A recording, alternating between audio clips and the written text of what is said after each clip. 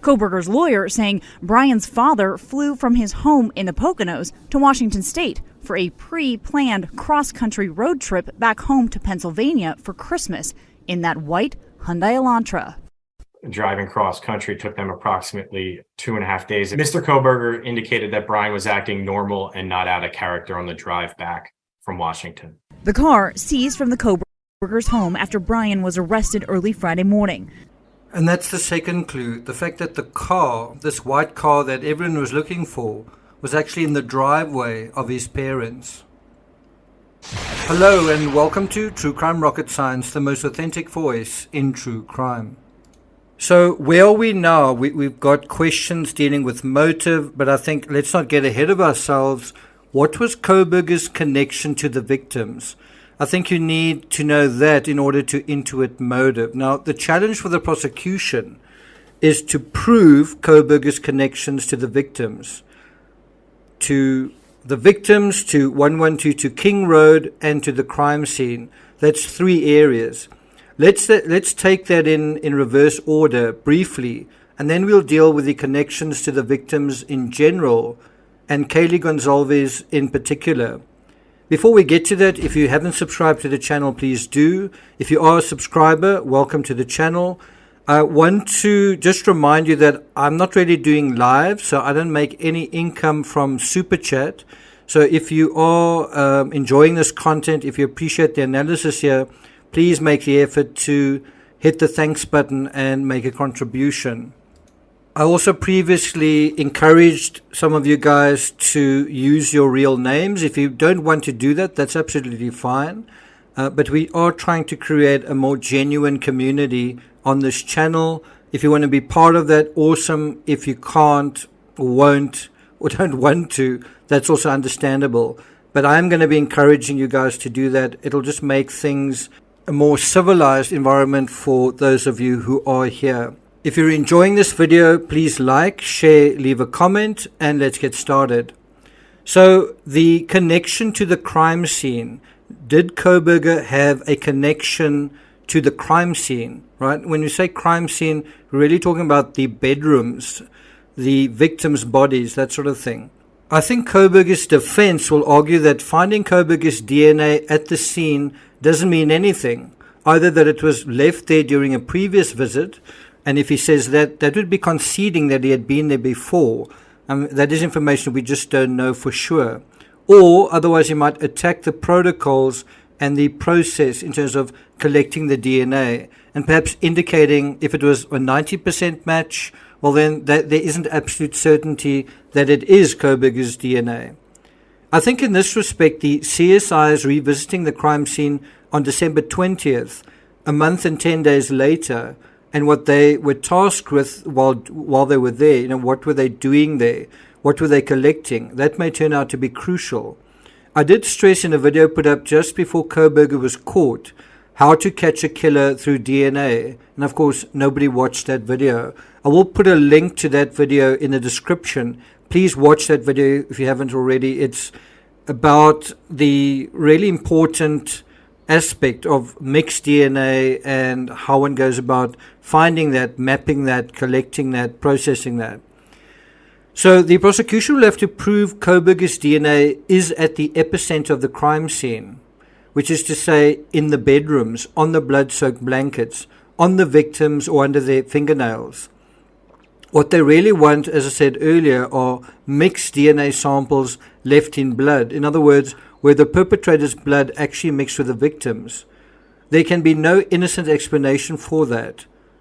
And I mean, we had something like that in the Jodi Arias case. Call me an optimist, but I don't think this will be the toughest aspect of the case.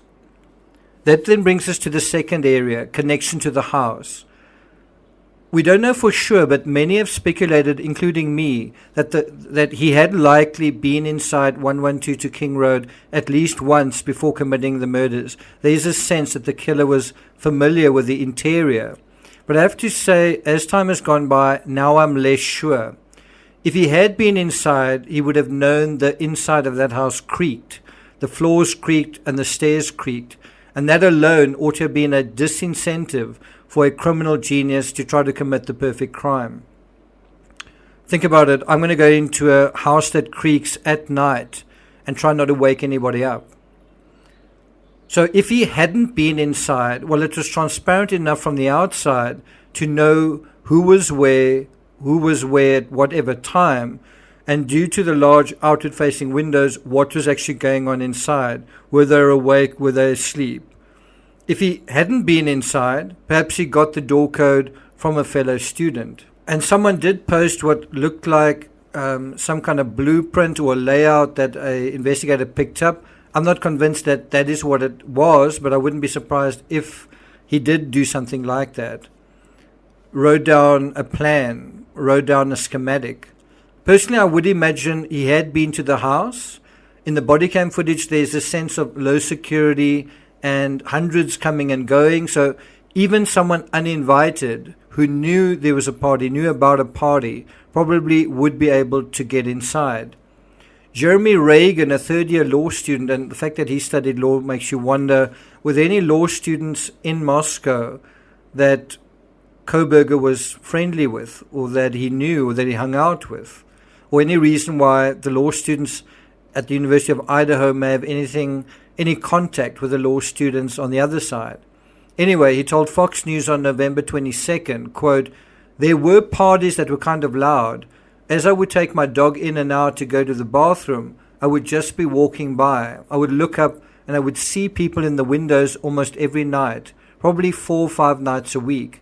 There were a lot of people that went into and out of that house pretty frequently." So that's not news. Perhaps he, like this neighbor, went to the house but didn't make it past the hallway or the kitchen.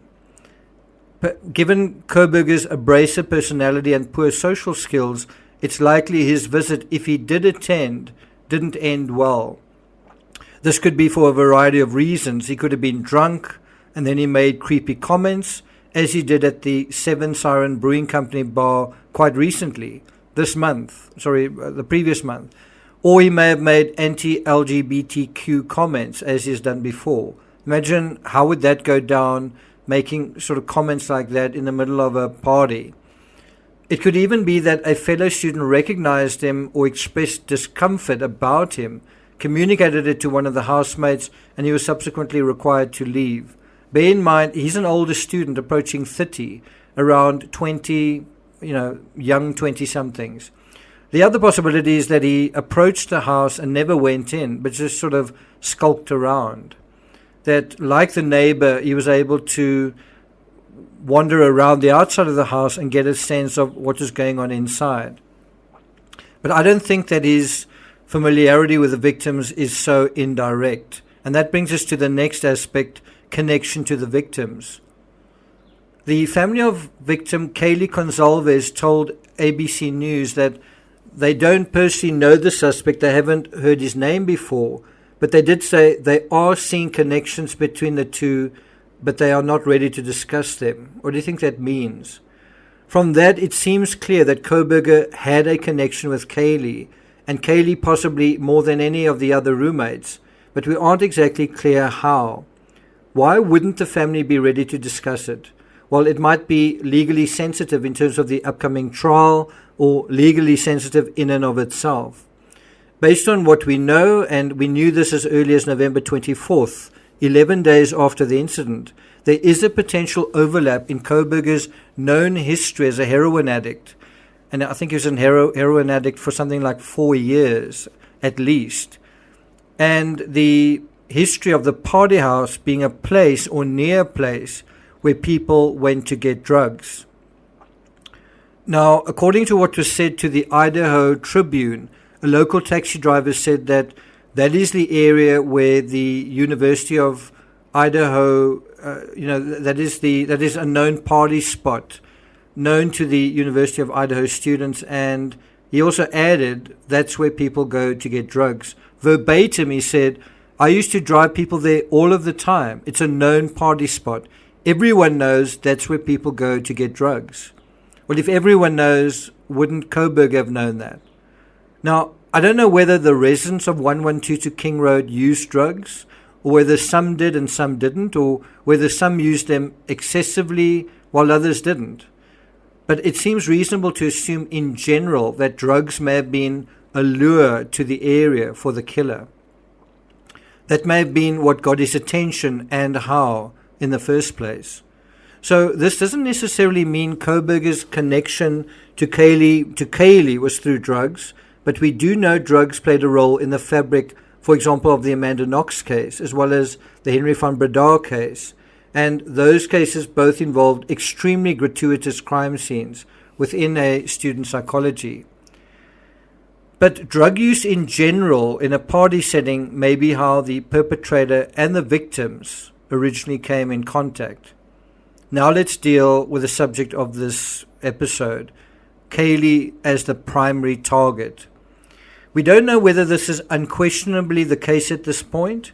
There are indications that Kaylee's wounds were more serious, and from what her father said, that there was a connection to Kaylee that perhaps was not the case, or as much the case with the other victims. So using what we already know, basically applying intertextuality, wouldn't the most obvious and logical way for the killer to naturally interact with Kaylee be at Kaylee's place of work, the Mad Greek restaurant? I mean, he wouldn't need an invitation or an access code for that.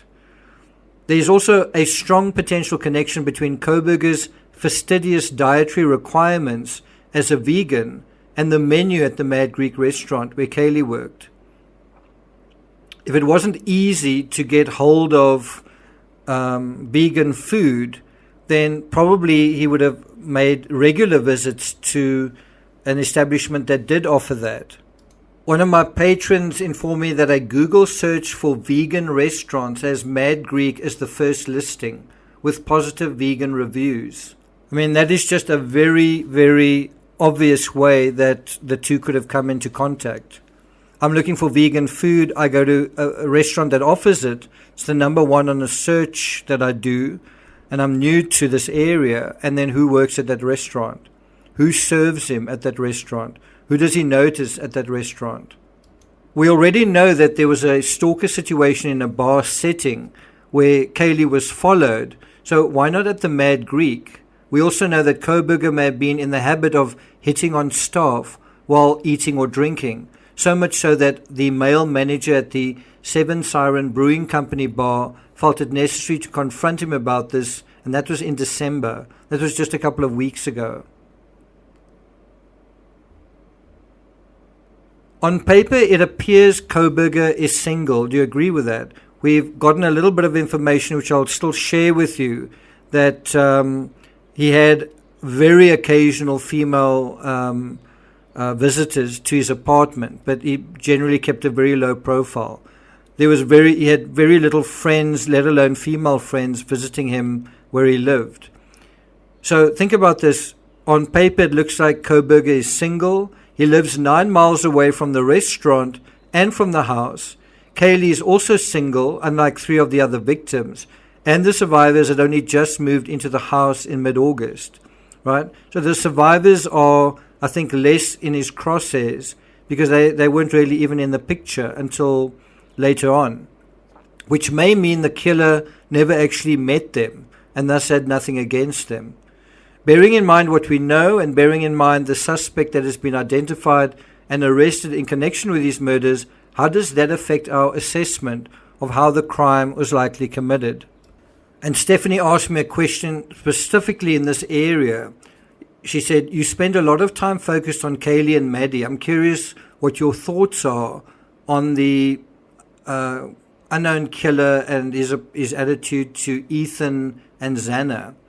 Also curious what your thoughts are on why the killer left the 2 survivors. So I may address that question in more detail as a part 2 to this episode. So look out for that. Thank you for listening, and I'll see you guys next time.